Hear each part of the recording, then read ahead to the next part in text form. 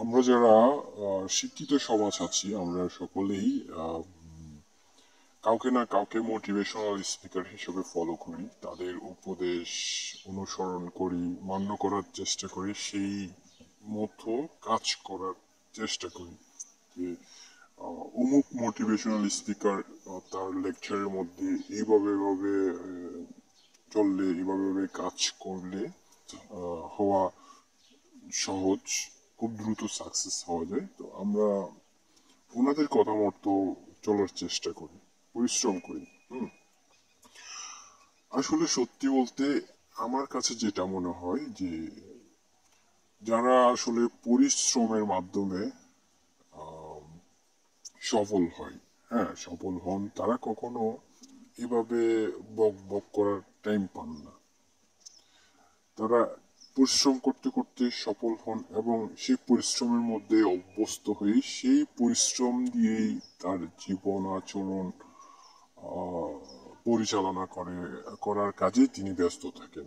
ওনার এত টাইম থাকে না এভাবে করো ওইভাবে করো, হ্যান করো ত্যান করো তাহলে এইটা হয়ে যাবে, তারপরে মানুষ চাইলে কি না করতে পারে। আরে বাবা, মোটিভেশনাল স্পিকার আপনারা দেখি 10 তলার উপর দিয়ে উপর থেকে একটা লাফ দিয়ে দেখেন, তাহলে আপনি কি পরিমাণের মোটিভেশনাল স্পিকার সেটা আমরা বুঝতে পারবো যে মানুষ চাইলে কি না করতে পারে।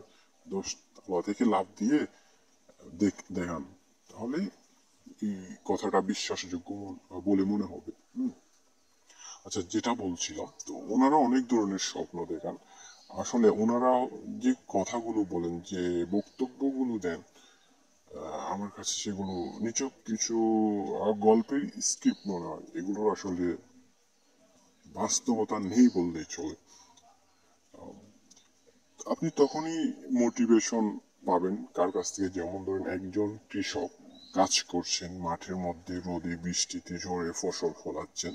আহ, ওই ওই কৃষককে যদি আপনি অনুসরণ করতে পারেন তাহলে দেখবেন যে আপনার জীবনে কিছুটা আসবে, ঠিক আছে? ওই কৃষকের কে দেখেই, কৃষককে অনুসরণ করে যদি কৃষকের মতো পরিশ্রম করেন, ওই কোট টাই পরা, ভ্যান ভ্যান করা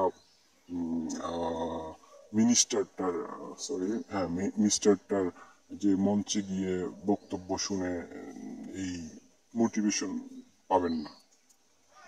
তো তো যেটা বলার সেটা হচ্ছে যে আসলে তারাই কিন্তু মোটিভেশনাল স্পিকারদের অনুসরণ করে থাকেন, যাদের নিজস্ব কোনো মেরুদণ্ড থাকে না আর কি, নিজস্ব চিন্তা চেতনা থাকে না। ওনারা এই মোটিভেশনাল স্পিকারদের বক্তব্য শুনে খুব একদম ফাটাফাটি অনেক কিছু করে ফেলার প্ল্যান করে পরে দেখা যায় ধরাশায়ী, ঘুম করে বিনষ্ট সব। কারণ কল্পনার উপর কিন্তু বাস্তবতা চলে না, বাস্তব চলে তার আপন নিয়মে, আপন গতিতে।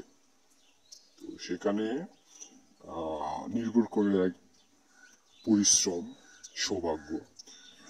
আমরা যারা ধর্মে বিশ্বাস করি তারা ভাগ্যকে বিশ্বাস করি। তো আমরা যতই পরিশ্রম করি না কেন, আমাদের ভাগ্যে না থাকলে এরকম আমাদের সফলতা কখনোই আসে না, আমরা বারবার ব্যর্থ হই। এরকম হাজার হাজার লক্ষ লক্ষ প্রমাণ আছে যে প্রচুর পড়াশোনা করার পরেও বাংলাদেশে প্রচুর উচ্চশিক্ষিত বেকার, জব না পেয়ে বেকার ঘুরছেন। হ্যাঁ, এটা প্রমাণ আছে।